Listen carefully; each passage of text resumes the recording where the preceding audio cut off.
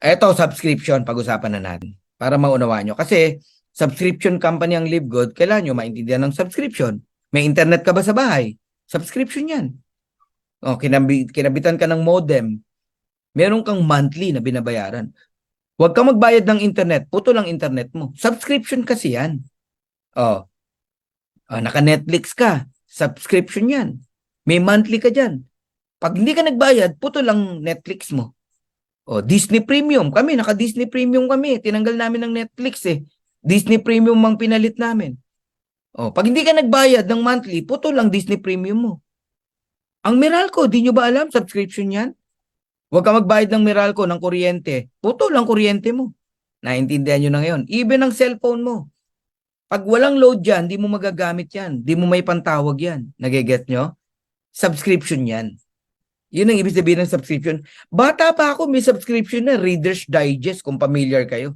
Reader's Digest, papadalan ka every month kasi nakasubscribe ka. Oh, nagigets nyo na. Okay. Ngayon, pag-usapan natin yung mga kumpanya na yumaman dahil sa subscription. Ito ang Zoom. Itong ginagalawan natin, Zoom to eh. Nagbabayad tayo $10 every month. Dati, ngayon hindi na, kulang-kulang $100 na binabayad natin dito. Kaya kaya nating mag 1,000 eh, na participants eh. Alam nyo ba, kahit $10 lang binabayad ng mga tao sa Zoom, $15, $20, $50, tignan mo magkano earnings in 1 year. Ang revenue nila, 2.65 billion US dollars. Noong 2022, 4.1 billion US dollars. Maganda bang negosyo ang subscription? Yes. Lahat ng kumpanya na engage sa subscription, panalo yan. Pati mga fitness gym, mga gym, subscription yan. Alam mo, Anytime Fitness. Every month, nagbabayad ka ng 2,800, 2,700. Or else, hindi mo magagamit yung facilities. Kahit binigyan ka ng ID, pag di ka nagbayad, di ka makakapasok. Nagigets nyo na. Oh, masarap na example si Netflix kasi yan ang future ng Live Good. Ganyan karami, 230 million subscriber.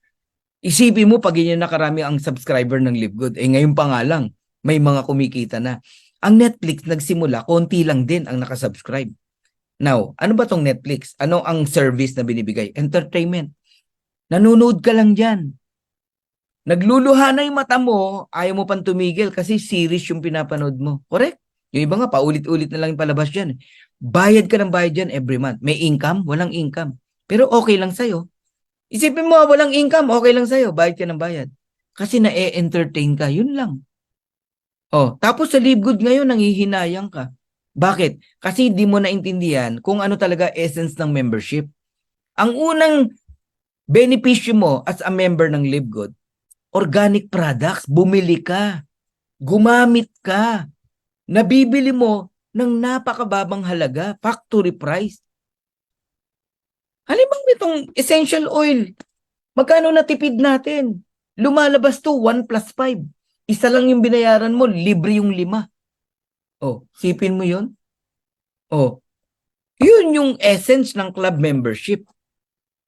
Oh, ang maganda lang sa Live Good, may income. Sa Netflix, may income ba? Wala. Sa Zoom, mayroon ba? Wala. Sa Anytime Fitness Gym, may income ba? Wala. Sa Pico de Loro, sa Tagaytay Highland, may income ba? Wala. Dito may income ka. Now, tignan nyo income ng Netflix. Kahit sabi mong $9.95 lang ang binabayaran ng mga tao kay Netflix. 29.52 billion noong 2021 US dollars. Noong 2022, 31.47 billion US dollars. Kasi ang dami nang nag-subscribe. Kaya ako na-excite, Crisanta, no, sa Pongan. Isipin mo, one day, ang subscriber ng Live Good, 230 million. Di yun ang kinikita ng Live Good, 31 billion. Etong pinagkaiba natin kay Netflix. Si Netflix, sinolo niya yung income na 31 billion dollars. Si Live Good, hindi. Generous. Yung kalahati ng 31 billion pagdating ng araw, rest, no? O RAI, no? Yung kalahati, yung 16 billion, ibabalik sa'yo, sa akin, sa ating lahat. Habang yumayaman ang LiveGood, yumayaman din ang mga affiliate member.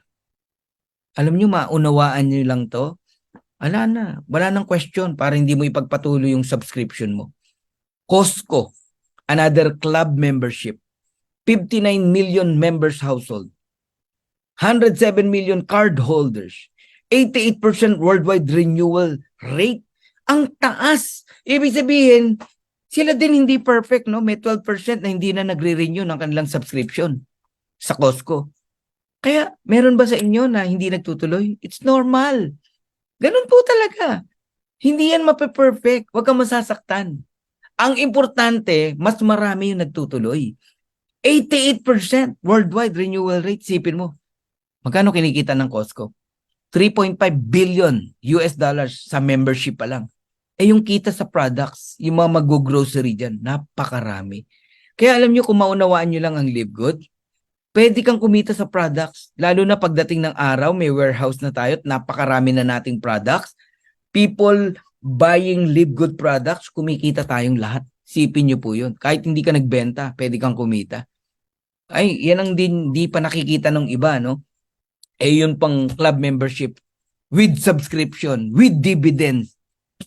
Yun po ang essence ng subscription, no? Now, tanungin ko po kayo, anong negosyo ng Costco? Di ba club membership? Anong negosyo ng LiveGood? Club membership. Anong negosyo ng Netflix? Di ba subscription? Anong negosyo ng LiveGood? Subscription. Ang tanong, yumaman ba ang Costco? Yumaman ba ang Netflix? Yes. E di payaman din tayo dito sa LiveGood.